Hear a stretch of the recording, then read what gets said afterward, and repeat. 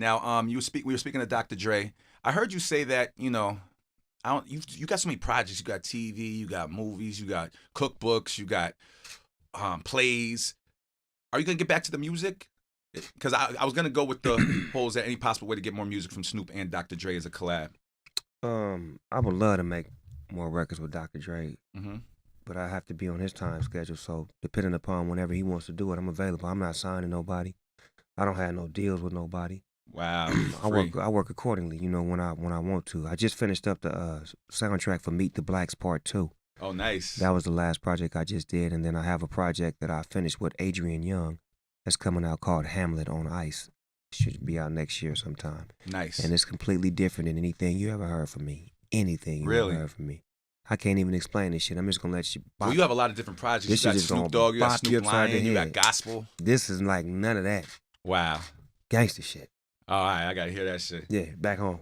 All right, I gotta hear that shit. Now, I had a hip hop conversation with one of my friends. I know you and 50 are cool. Y'all did a lot of things together.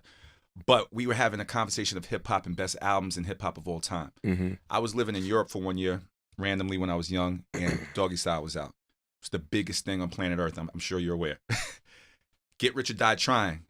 One of the biggest. I think people compare those two albums a lot because out the gate, that was your first album, that was his first album. In your opinion, what was the big? How do I say this, man? In your opinion, what was the bigger album? It's not for about hip-hop? it's not about bigger. This is what it's about. 50 Cent told me out of his mouth, Yeah. he studied Doggystyle thoroughly Nice. before he did Get Rich or Die Tryin'. So that says it all right there, that me putting the foundation, just like Dr. Dre and DOC and them put the foundation down for me. Yeah. There's got to always be somebody to show you how to do it, and then you do it your own special way. Yeah. To me, it was like, the way I was doing it was influential to 50, to where he was seeing some shit that was like, oh, this is how I would do my shit. But from a New York point of view, this nigga's hard, he fly, he talk that shit, he walk that walk.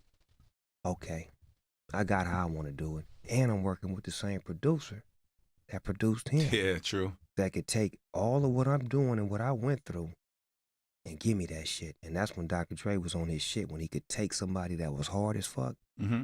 and polish him up. Yeah. Some of the best albums. I feel like all the best hip hop albums came under that umbrella, under Dr. Dre's umbrella. Eazy-E first album, NWA first album, DOC first album, Snoop Dogg first album, His first album, Chronic first album, Chronic 50's first album, Eminem. Eminem. Eminem first album, 50 Cent first album, Game first album. It's crazy. Come on. Not to mention Michelle A first album. That motherfucker was banging.